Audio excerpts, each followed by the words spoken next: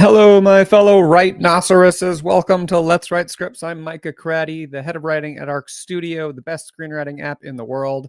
If you're looking to write your own script, you can start writing for free with Arc Studio. There is a link in the description below to check it out. This is Let's Write Scripts. Today, we're going to be doing 3 writing sprints where you can work on your script. And in the breaks between the sprints, we'll be chatting about screenwriting and I'll be answering your screenwriting questions. It's going to be a pretty great time. As always, it's the middle of the week. You may be at your work or a lot of school work, and there's just a lot going on. And this is just a time for you to just like tune all that out and focus in on your writing. Let that creative side of you come out to play. We're going to have a great time. Before we get into it, I want to know where are you and what are you writing today? I love seeing where everyone from around the world tuning in and joining us to write. It's so cool that like our creative pursuits and our love for this kind of brings us together and unites us. So where are you and what are you writing today? And then a little discussion question. Always like to throw in a third question that's more on the writer side to just start getting the wheels moving a little bit, just because maybe you weren't thinking about writing, you got a lot else going on, and we got to like switch into that creative mode. So today's question is a little open-ended. I have some thoughts on it, but I kind of want to see what you guys think about this question. And you can always disagree with the premise. You can reject the premise if you want, but the question is, why should your characters be unreasonable? What reasons for that could that be? I'd love to get your thoughts. And again, I'm going to share my thoughts on that in just a minute. If you're feeling it, please like this video, hit subscribe, and turn on all notifications. That's really helpful for you guys getting to see more of the content that we're putting out. I'm putting out a new video on screenwriting every week now. Every Monday, there's a new video coming out. Every Wednesday, we do this, Let's Write Scripts. And then I'm also putting out 3 shorts a week that are kind of about screenwriting topics, just sort of like bite-sized things. Some of them are kind of reactions to movie clips and kind of explaining some of the concepts that are going on there. And I've been having a lot of fun making those. So like the video, it's really helpful. Turn on notifications, subscribe, all that kind of stuff, just kind of helps the channel grow. And I'm so glad that you all are here. If you're new and you're wondering like, what exactly is this? I kind of gave a brief rundown, but basically the way this works is that during the writing sprints, I put a timer up on screen, play some music that's like vibey, get us in the creative groove. And then I like shrink off over to the side and I'm muted. And during the writing sprints, you just focus on your own writing project, whatever you came here to work on. That's it. They're not prompted because we're all working on different things. We're all at different points of our projects. So it's kind of like a study hall almost, or like an open-ended, creative jam session where you're just here just to work on your writing. And then you can ask questions about screenwriting in the chat. It could be a question, just kind of in general, something you've wondered about screenwriting or been struggling with, or it could be something kind of specific that you're dealing with in your current project. And during the breaks between the writing sprints, I'll talk about those questions and do my best to answer them. So during the sprints themselves, we're all kind of doing our own thing. I'm writing, you're writing, we're all writing. And then we come back together during the breaks today. Love and see people in the chat. Karifa Creator, how's it going? It's going pretty well. It was kind of funny. I kind of had a bad day yesterday. I just wasn't feeling great and I was a little stressed out and stuff. And I was talking to my wife about it this morning and I realized I didn't do any writing yesterday. And I'm like, oh, that's probably why I didn't feel great. And it's like, I always feel better when I'm writing. And so I did a little writing this morning and now I'm gonna do a little more writing. So it's pretty exciting that I'm feeling pretty good. Darissa, hey, welcome back. Yeah, I remember you. It's been a while, but so glad you're here working a short film for your friends and you to film. That's so cool. Did you check out the video I made on how to write a short film? It's on our YouTube channel. And there's also another one about how to write strong scenes. And those 2 are really good. So I recommend you checking those out if you haven't. Christian from South Carolina finished a 7th draft. Got any advice for going over it before submitting for coverage? Ooh, that's a good question. We'll get into that later, Christian. And let's see here. Trenchy in the UK. Not sure what I'm writing yet. Hoping it comes to me soon. We do a warm-up sprint, Trenchy, at the start. And so maybe you can do some free writing and kind of like something will come to you during that time here. Cash, welcome back from Arkansas. Working on a short story. I think about halfway done, but I've also made good progress on my space fantasy through the week. Oh, that's awesome. Congrats, man. Hey, Pam, welcome back from New Mexico. Working on a rom-com idea, feature length, unreasonable characters. So this is our question. I was asking is, why should your characters be unreasonable? It's our discussion question to get us going. so far. And Pamela was saying unreasonable characters, more conflict, more obstacles. Yeah, I think that's one of the great things about unreasonable characters. And by unreasonable, what I kind of mean is that they're unwilling to compromise on their point of view. Like they have a certain way of seeing the world, certain way they're approaching things, the way that they're interpreting everything that's happening to them, and they don't easily back down from that. And one of the great things about that, yeah, as Pamela says here, is that there's more conflict, because if they're not backing down from their point of view, then that can cause conflict in a lot of different ways. One, their point of view might not match up with like the world, what's like happening to them. And that's going to cause, problems for them if like they're refusing to change how they see the world. And the world's just like, no, it doesn't work that way. And also, if you have one character with a certain point of view and who isn't backing down, and another character with a point of view, and those are in conflict, then yeah, that's going to create conflict in your story. So that's great, Pamela. I think that's wonderful. Tesla still working on a pilot in Studio City. Characters should be reasonable or risk being uninteresting. Where's the conflict? Yeah, I think that's the same. Yeah, you picked up on the conflict thing as well. But I think uninteresting is interesting, is another thing that's worth mentioning. Because if you're like me and you're kind of a people pleaser, like I'm the youngest of 5 kids and I just like wanted everyone to get along, like everyone stop fighting. I'm a bit of a people pleaser. And there's a tendency sometimes in our writing to make our characters agreeable. And like, that's not very interesting. People like who have a certain unique way or a weird way of looking at the world or things like that, who don't back down easily, can be interesting. Yeah. And create that conflict. Hey, nephew from Seaside, glad you're here. Setting up at Gotham's Writings after see your interview with Angie Chapman on Butterdocs. Oh yeah. So on our other channel, Butterdocs, for like, it was more for fiction writing. I was doing that show, and that show for a while. That was called Let's Write Books, and this is Let's Write Scripts. And yeah, Angie Chapman was on talking about like nonfiction writing, and she's an instructor at Gotham Writers. So let me know how that goes. I hope it's a good experience for you. Creef in Georgia, working on a practice script to learn how to write well before beginning my official one. All right, I'm going to say something controversial here. No, I'm not. I mean, you can do whatever you want. Working on a practice script can be fine.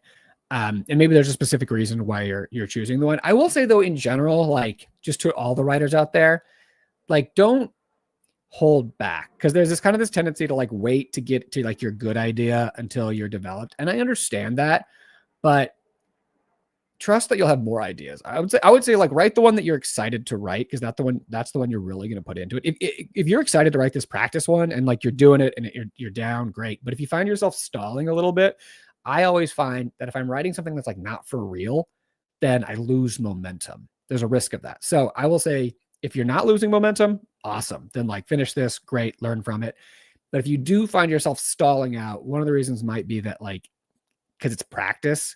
And so you're like, why am I putting a lot of effort into this? So if you find yourself in that situation, which maybe you won't, maybe this is just me, but if you do find yourself in that situation, like, don't be afraid to pivot to like the thing you're actually excited about writing.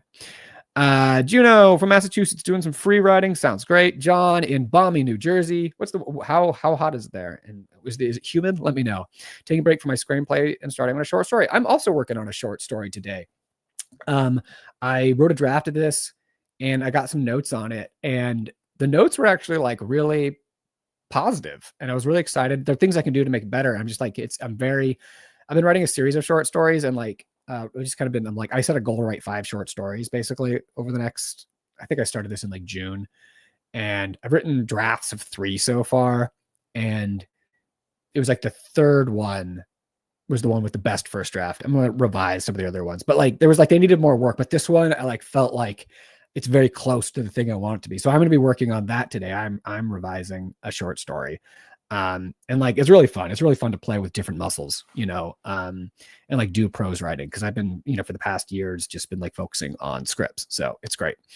Ooh, Juno chiming in on unreasonable characters, which if you just joined was our question of the week. Why should your characters be unreasonable? The conflict has to come from somewhere. People can be unreasonable when they're afraid of something, and that's a great source of conflict. Okay, that's fun. So we're stepping back and being like, why are they unreasonable?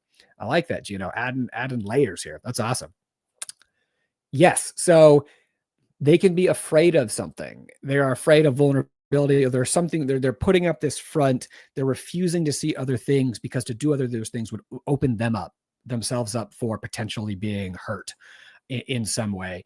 I think that's awesome. That actually ties into what I'm doing right now. So I mentioned I've been making more videos. So like on Monday, I posted the video about the Sixth Sense and plot twists, which you guys should check out on the channel. And kind of like learning from that on like how to develop plot twists, what's that movie is doing to make the plot twist so interesting, what lessons we can take from it. And next week, I'm doing a little different. I'm doing a scene study or a script study, basically. I'm looking at a sequence of 2 scenes in The Bear, season 2, episode 7. It's the one where Richie, if you watch the show, goes to be a stage at the fancy restaurant for a week, and he's polishing forks. The episode's called Forks. And I think that really ties into sort of, he's such an unreasonable character, and a lot of that has to do with his fears.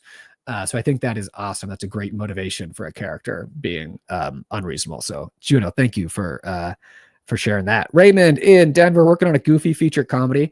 That's fun. Did you see the new Naked Gun, Raymond? I haven't seen it yet, but I've heard from people that it's really funny, and the trailer looked ridiculous and funny and goofy. So I got to check that out. I haven't seen it yet. If anyone's seen it yet and has some thoughts on it, let me know. Dorissa chiming in.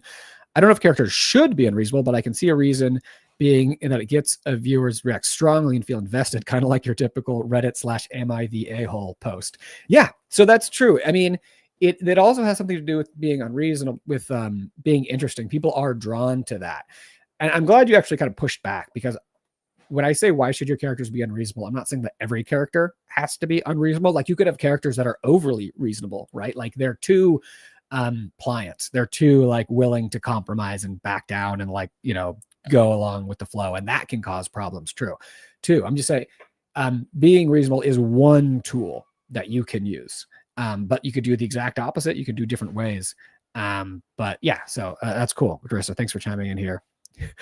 Reasonableness makes life easier in a story that needs conflict. Things are too easy. Yeah, but that is interesting, because that's kind of going off of what I was just thinking about when seeing Dorissa's comment. Like reasonableness can make life easier, like up to a point. But then there's a point where like you just sort of get pushed around and it makes life harder. And that could also like be a thing that characters struggle with. Michael writing a PSA, right. Public service announcement, Cash Dead Works, or is that something else that you're working on there? That maybe that acronym is something different. Let me know.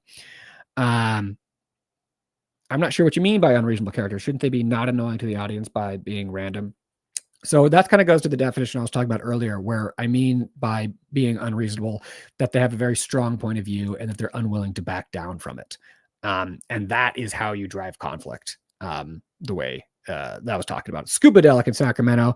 Unreasonable in my case because she wants something so badly she is completely not behaving the way she is in her life prior to the point when the story starts. So unreasonable is a good word. Yeah, I think that's also interesting. Yeah, if someone has been not getting what they want and they're kind of fed up with it, that's another way to think about being unreasonable. That like they're sort of gone with the flow. They've like attended to other people, let them kind of have their say, and they're like, no, now this is my moment. And that's like a shift in a character that can be really really interesting.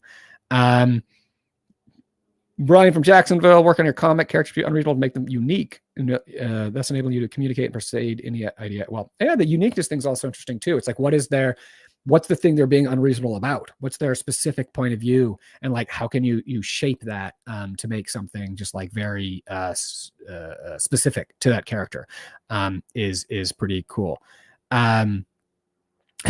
Drissa, I've been a long time. Last time I was here, your wife was your fiance. And thanks, I didn't know. Yes, so I did make a video on short films, and yes, now it's been a long time. I've been married for coming up on 8 months now. It's going pretty well so far. Ezra from the Philippines, love it. We should be unreasonable just for the plot. Love it. That's great. Cash, I always write the first draft. Right now, I think I can improve the later drafts and I'm more polished. Definitely. First drafts, you can do that. That's great here. You have no idea how your advice on practice scripts just impacted me. Wow, I'll definitely think about that. I've always pushed my great idea to the future when I'll be better. Yeah.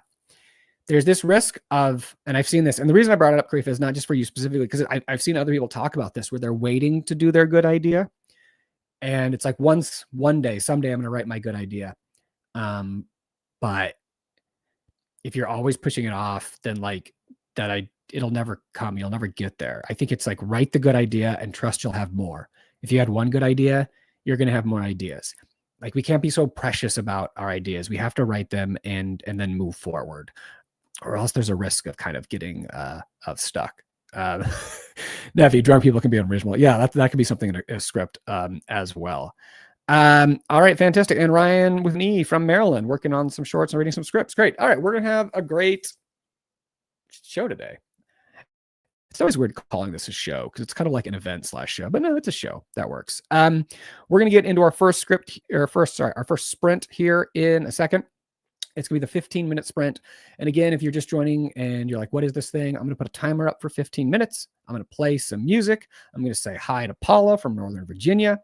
And I'll be muted and minimized off to the side. And we're just going to focus in on what we're here to do, what we're here to write. In the 15 minutes, it's like chill. It's like the intro sprint. You might just be like, free writing or like reading over kind of your script or whatever you were working on last time, and just kind of like, it's a low bar. You're just kind of getting in the creative zone. So 15 minutes to do that, to just like get in the creative zone. And then at the end of it, we'll come back and we'll chat. I'll answer some screenwriting questions, and it is going to be a really great time. So I'm feeling the energy. I'm going to play some music, put the timer up, and I'll catch you guys all in 15 minutes. So open your script, whatever you're doing, click your pen open if you're writing by hand, and let's do some writing. Catch you guys on the other side. 15 minutes on the clock. Here we go.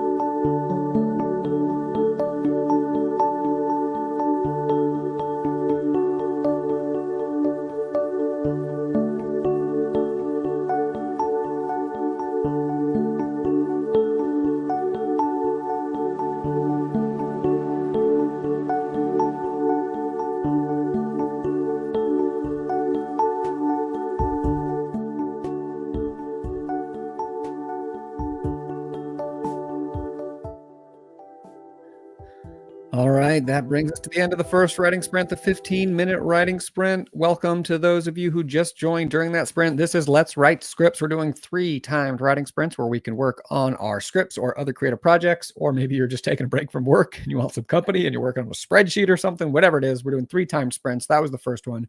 We're going to take a little break now. We're going to talk about screenwriting. So if you have any questions about screenwriting, maybe it's something that you were just working on, some issue that's in your head, or something more in general about screenwriting, a question that you have, please ask it in the chat and I will do my best to answer it. For those of you who were joining us for that sprint, let me know how it went. The 15-minute sprint, the first one, the warm-up sprint, were things flowing? Were the creative juices there? Were you struggling a little bit? And again, if there's anything specific that you were struggling with, you can ask about it in the chat and I will do my best to help you with that.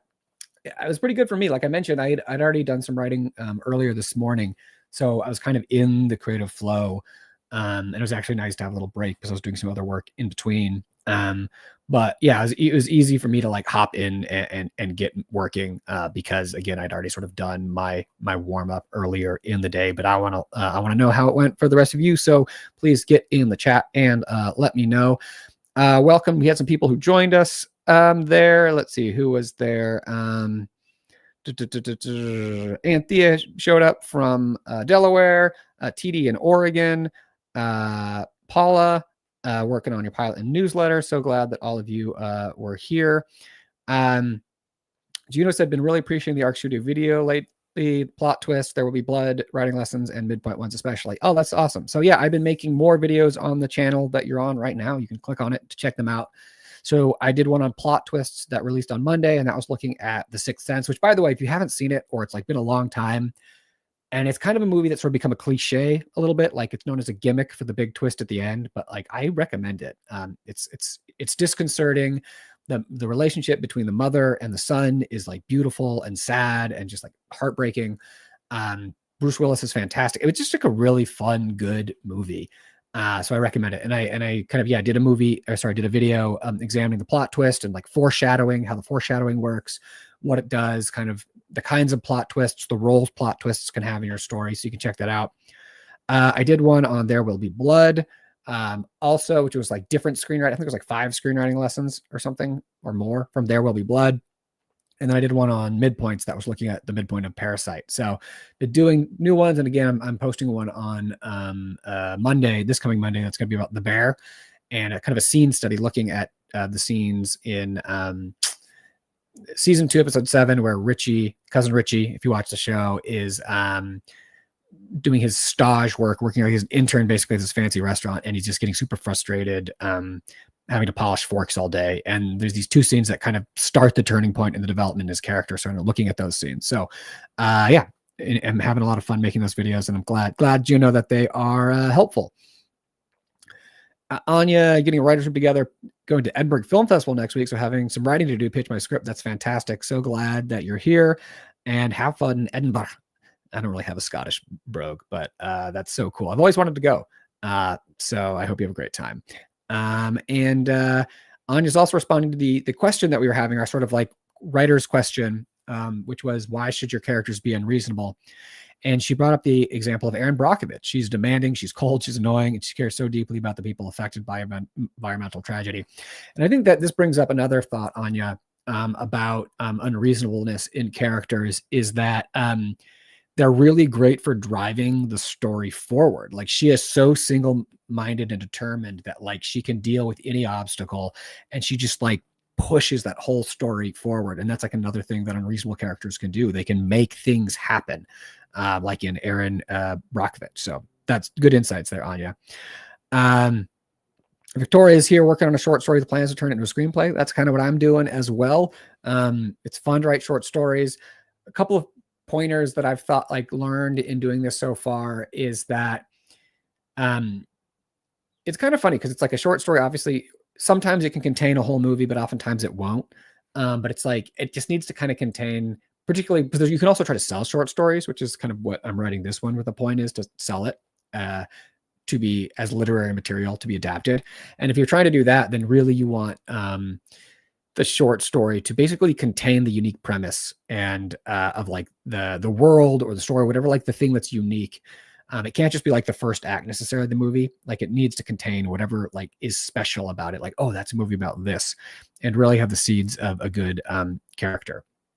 Karif had a question here. Recently pitched a script idea to some trusted loved ones for input, hoping to write it out for a script contest. They disliked my idea. Should I find another idea or try to fix it? I'm low on time. All right, there isn't just one easy answer to this. I mean, they could have just not responded to the idea. That doesn't mean it's bad. You could have done a bad job pitching it too. Pitching and writing are two different things. It's hard to say. I will say if like you're low on time and you're excited about the idea, then write it. I mean, you could try to think of something else, but it really depends on how developed this idea is, how passionate you are about it. And like, do you still believe in it? Or like, did they give you criticisms that sort of made you be like, oh, right, there are problems here. If they just said, I don't get it, that's one thing.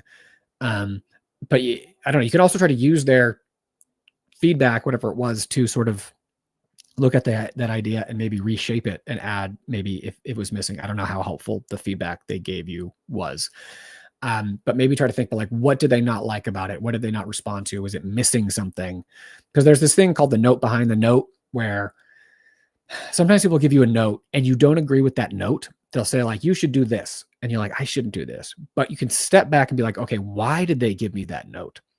I don't agree with it, but there's something in the script that's making them say this. So maybe their suggestion was wrong, or like, but maybe they're actually, they've hit on something in there that is a problem. So there could be, maybe they disliked the idea for some reason.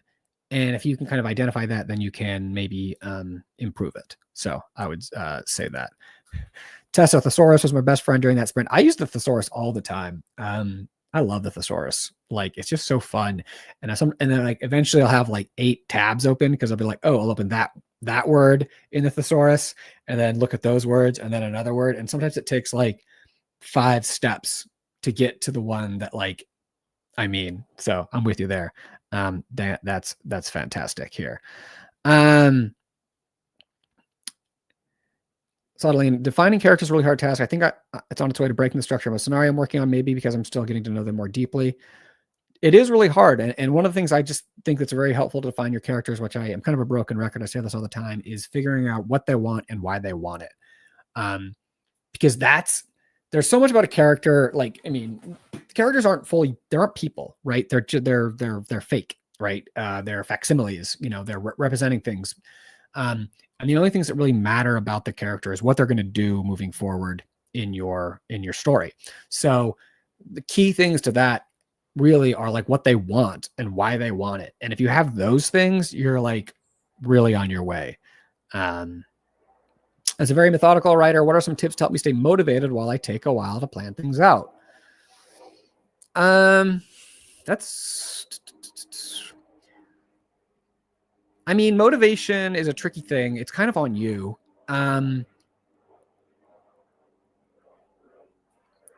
You can always switch back and forth between things. Like, you can free write out a character. You can write a scene, just like any of the scenes that you're excited about.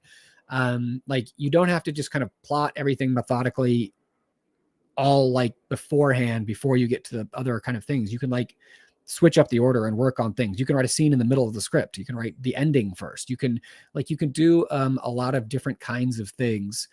And then it's also just good, take breaks when you need to, and just kind of try to remind yourself what it is that's exciting you in this idea here. Darissa, I was reviewing my notes from yesterday before I start my first draft. I'm considering adding some unreasonableness in my protagonist and to help add more tension and highlight the subtext. Awesome. That's great. That sounds like a great idea. Let's say here.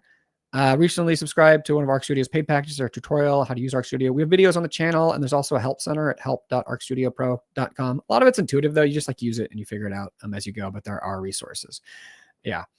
Pamela had a great sprint, missed a class last week and really fell out of writing. These sprints are a lifeline for me. I know I need to write more on my own, but these sprints keep me motivated. I'm so glad that they keep you motivated, but I do want to encourage everyone to write more outside of this. Like, if this can be the start of your writing practice, that's fantastic. But, try to write more. I understand life's hard. Life's busy. You got things going on. But, like I mentioned yesterday, I was kind of in a bad mood yesterday. And part of it, I think, was because I didn't write yesterday. And I had a good writing morning this morning, and I'm having a good writing right now, so I'm like in a great mood. So I don't know. I feel like as creatives, as writers, we need that.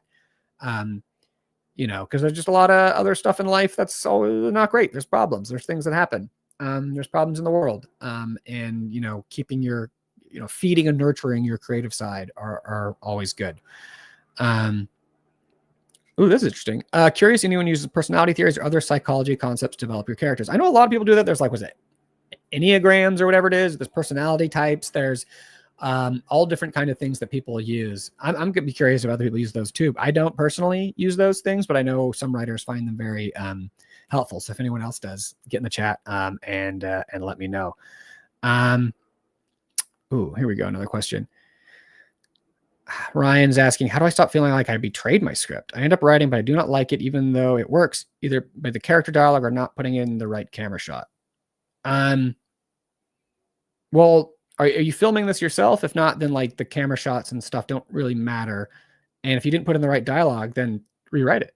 So it's better to look at a script as a process than as a product, I will say. There are many drafts to a good script. Oftentimes the first draft is very bad, and giving yourself permission for that to be bad is very key, actually. Or else you're going to feel frustrated and stuck, and maybe even like you betrayed the script. If you write something and you see problems in it, then you rewrite it and you fix those problems. And then you'll probably see more problems, and then you rewrite those. Because it's not like the way drafts work. It's not like you write one script, you identify all the problems. Or sorry, you don't just write one draft, identify all the problems, and then fix them all. It's like you can only fix things in layers, and fixing one thing kind of makes you realize another thing doesn't work. Or suddenly in comparison, something else that you thought was okay isn't actually as good. So this is a process. I mean, there are some scripts I've been working on for a year or two, at times. If you believe in the project, it's like excavating. It's almost like it takes a while to get there. So don't be depressed if you're not there right away. I will say. All right. Zoe, is there any way to identify if you've given your protagonist? This is kind of funny because the protagonist in the short story I'm writing right now, his name's Zoe. Probably a very different person than you, but just love the synchronicity, the way the coincidences in life. Is there any way to identify if you've given your protagonist too much screen time? How would you suggest we strike a balance between the protagonist and supporting character scenes in a script? I mean, there are movies where the protagonist is in every scene, basically. So there isn't a one size fits all. The supporting characters are there to support the story, right? So if there are scenes where they're needed without the protagonist, then you do that. If not, then it's okay. Again, you could have a movie where basically, the protagonist is in every scene or almost every scene. So the supporting, you only need the other supporting characters, they're there to do a job, right? It's not their story. They're there to support the story. So have them when needed, basically. And when not needed, don't worry about that. All right. Okay. Neffy, sometimes I check personality types. I feel if a character is being inconsistent. That's interesting. Cool. All right. We are going to jump into the second writing sprint right now. This is the 25-minute sprint. It's kind of like the middle one. I call it the Goldilocks sprint. The first one, you're warming up. Maybe the third one, you're kind of tired. But in the middle one, it's going well. So we're going to do that in just a second. But one thing before that, an announcement. Special guest next week on Let's Write Scripts. Pietro Schito is going to be joining. He is the founder of Write for Animation. It's a YouTube channel and an organization, and he's a writer-producer for animation. He's going to be on the show writing with us and answering questions. So story questions, writing questions, and again, also, but if you have particular animation questions, make sure to join us next week. You can RSVP at the link in the description of the video, or just show up to the channel at 1 p.m. Pacific next week. And it's going to be a great time. I'm really excited to have Pietro on the show. I love having guests on here and to chat with. So it's, Should be fun. All right. So now 25 minutes on the clock. I've been talking too much. I'm excited to get more back in and do some writing. So maybe stretch for a second if you need to before we like get into it. Do a little more writing here. Oh, my neck just cracked. That was nice. 25 minutes on the clock, playing some music, answer more questions on the other side. So if you have more screener questions, please drop them in the chat and we can get to them then. So, but now 25 minutes, we're going to lock in to our writing and we'll catch you all.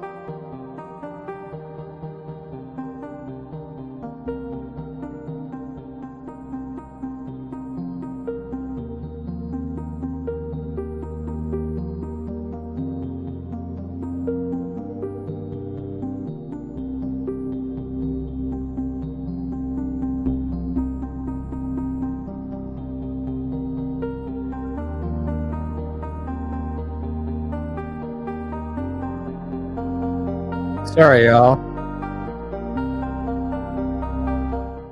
That's how you know the writing's going well, and I missed the end of the timer. That was our second writing sprint. Welcome to Let's Write Scripts. For anyone who joined during that sprint, we're doing 3 writing sprints. We did a 15-minute one, then we did a 25-minute one. We're going to do another shorter one because we've been talking a lot today. I want to know how that sprint went for you. Did the muses show up? If you were struggling in the first sprint, did they abandon you? Are you struggling with anything in particular? Feel free to ask questions. I love chatting with you guys about this stuff. Yeah, if you have any questions about screenwriting in general or a specific issue in your script that you're dealing with, maybe it's something that just popped up in that last sprint or something that's been kind of been dealing with for a little while, feel free to get in the chat and let me know. I had a really nice sprint. Another one. This is going. I'm having a great writing day. There's a nice it's a little warm, but there's a nice breeze. The writing's happening. I'm loving hanging out with y'all. It's good. It's good. Life's good right now. In this moment, life is good. Announcements, right? I mentioned that before, but just in case you missed it, next week we have a special guest joining us, Pietro Schito from Write for Animation. I'll be guest on here. We'll be answering questions together and chatting and doing writing, and it's gonna be a great time. So don't miss that. You can RSVP at the link below. You can also just show up to the YouTube channel here, Arc Studio Screenwriting. A reminder that to check out the videos. I've talked about a few of them during this channel, and it seems like they've been helpful for people. So if you want to check those out, that's great. I've done videos on writing short films or coming up with stories for a movie. I did a whole series on writing TV pilots. I did a video on writing better scenes. And then I've recently kind of been looking at specifically different shows and movies and stuff, and seeing what kind of lessons you can draw for them. So check those out. It's the second break now. So we do something here called the sandwich of the week. And yeah, here it is. Every week I show if you're wondering what is the sandwich of the week, I don't even know if I teased it earlier. But every week I like to show the best looking sandwich that I made this week. And here we go. This is the sandwich of the week. And this one is a beauty. As the little note pinned to it says, this one has salami. I usually don't put salami on sandwiches because of health reasons. It's not the best for your cholesterol and such, but I was like, I need to mix it up. So I have to say the salami was absolutely delicious. So we're on country sourdough. We have salami and chicken and avocado and greens and tomato. This is actually a garden tomato that some kids in our neighborhood were going door to door selling produce, 10 or 11-year-old kids. I don't know, maybe 12. 10 to 12, we'll say. They're just going door to door with a little bag, and they're like, do you want to buy any produce from our garden? And we bought a couple tomatoes from them, and this was one of them, and it was great. Mayo, mustard. This is just a great, and I did put a ton of avocado on that. I love avocado. There's some cheddar in there as well. I just thought this was a beast of a sandwich, and it was beautiful, and it was delicious, and I love it. Yes, sometimes you have to give ourselves a little treat. And so I gave myself a little treat on this one. So that is the sandwich of the week. And I like to share this at the end because if I share it at the beginning, people get hungry and have trouble writing. But this is the one at the end. And thank you guys. I appreciate the love, because really the thing that drives me, the thing I'm most pride for, is my sandwiches. Writing is great, but I just need praise for my sandwiches. So yes, yay sourdough. That's something that's only really in the last year or two I've become a big fan of. I never liked sourdough before. And I think part of that was because I never had good sourdough. This is bakery sourdough. It's we get a loaf of this. It's not every day. And it really, I think I always just kind of had not as just store-bought sourdough, which is fine, but I don't know, really good sourdough is just amazing. Pamela's been eating the salami. Nice. Yeah, I have not been doing it. San Francisco sourdough. Although when I go to San Francisco, there's another bread I love that's called Dutch Crunch, which is popular in the Bay Area, but not in the rest of the country. So I should get sourdough up in San Francisco, but whenever I go there, I always get Dutch Crunch because I miss it. I used to live up in the Bay Area, and I would get Dutch Crunch sandwiches, and there's only 1 or 2 places in LA that have it. So I always get it when I go back to the Bay. So I should probably next time, maybe I'll actually get some sourdough. Yes. Oh, definitely. I can eat anything. Have you guys seen those videos where it's it's a meme, on TikTok or Instagram or whatever, where it's like a man and a woman, and it's like a woman trying to eat at the same pace as her boyfriend or husband.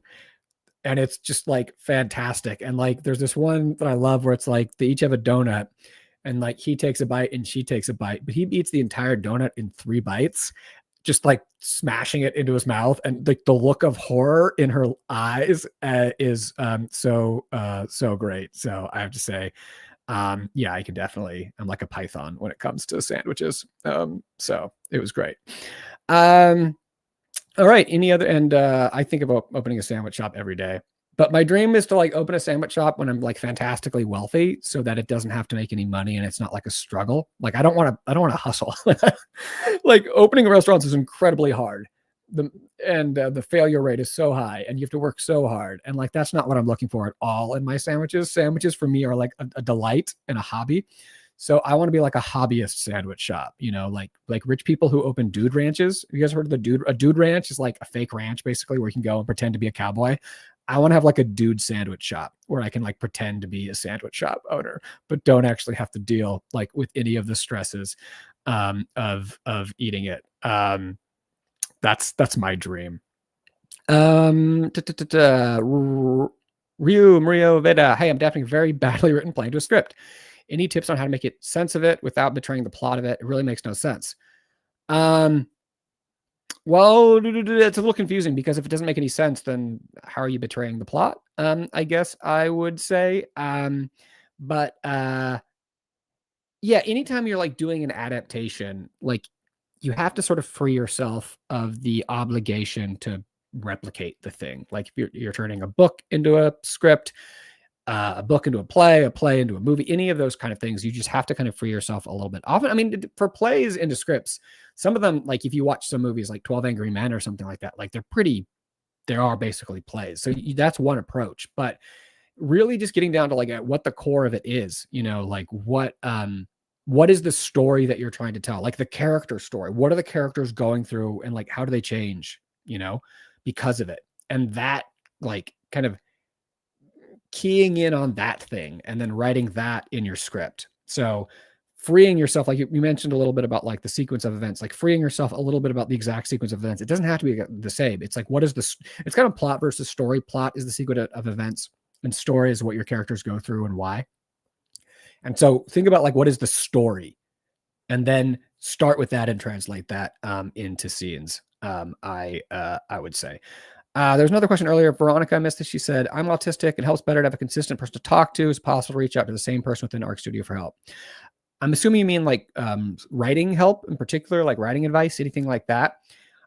We can't, I mean, you can ask questions here on Let's Write Scripts. You're welcome. Everyone's welcome to do that. But in terms of like personal attention, we don't have the resources to do that. It's not really something we offer currently.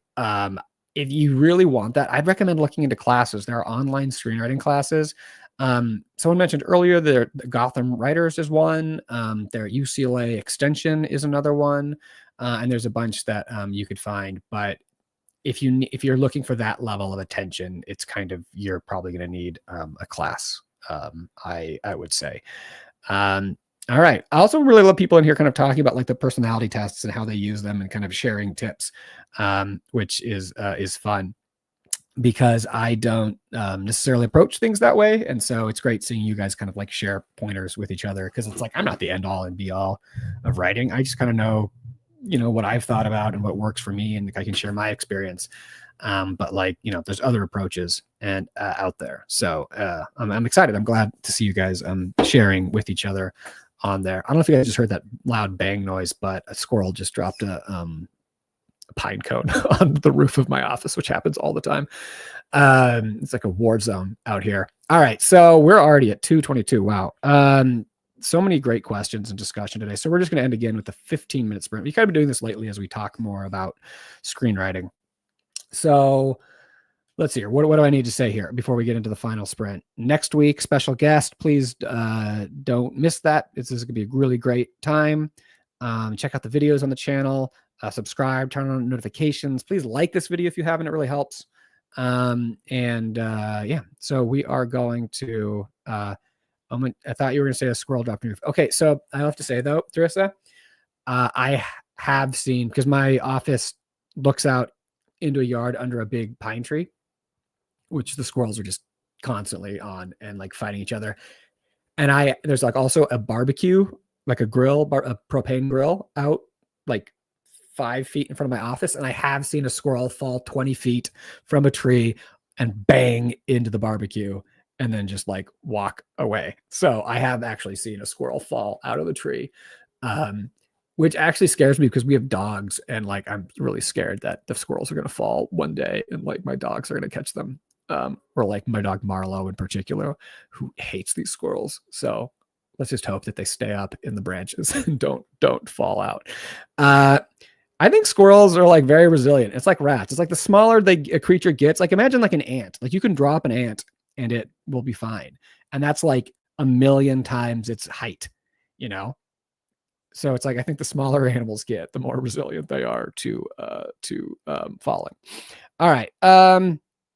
Cats can't make it next week. No worries. Love for everyone to show up when they can. You know, we're here every week. And it's also, by the way, some people who miss Let's Write Scripts live. I mean, the video's on the YouTube channel. So you guys, if you want to do your own little writing session, just like play it whenever you want. Which especially I know there are some people like time zone wise who can't really make it. Okay, so yeah, special guest next week. Check out the videos on the channel.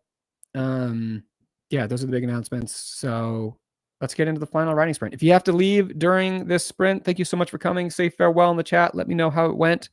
And for those who stick around till the very end, we'll say our final farewells. But let's just try to lock in if we can and just spend a little more time writing. Brain might be a little tired, so if you can give it 15 minutes, just really take advantage of the time that you've given yourself. It's a gift to yourself. 15 minutes on the clock. Let's do it.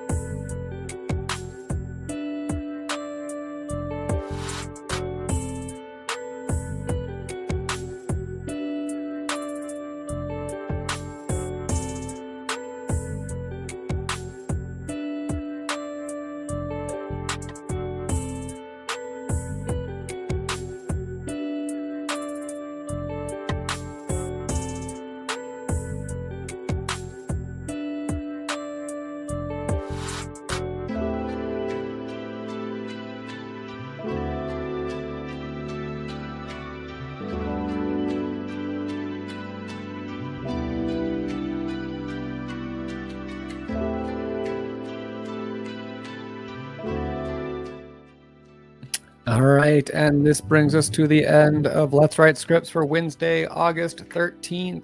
Thank you so much, everyone, for joining me. I hope you had a great time. I had a great time hanging out with you all, writing, answering your questions. I hope you learned some things, made some progress, and just really like fed that creative side that you have, that creative hunger that we all have inside of ourselves. I hope to see you next week. Remember, I'm gonna have a special guest. It's really fun when I have a guest that I can talk to and bounce ideas off of, and you can get a different perspective. It should be really great. So you can RSVP for that at the link below, or just show up to the channel at 1 p.m. Pacific next week. Yeah, I think that's it. Try to do some more writing this week, guys. Let this be the start. If you're feeling inspired, keep writing. Write tomorrow, write the next day, write this weekend. Try to carve out some time. Yeah, and just, be kind to yourselves, everybody. And happy writing. And a special thank you to everyone who joined for the first time or who only been a few times. So glad you're here. Hope you come back.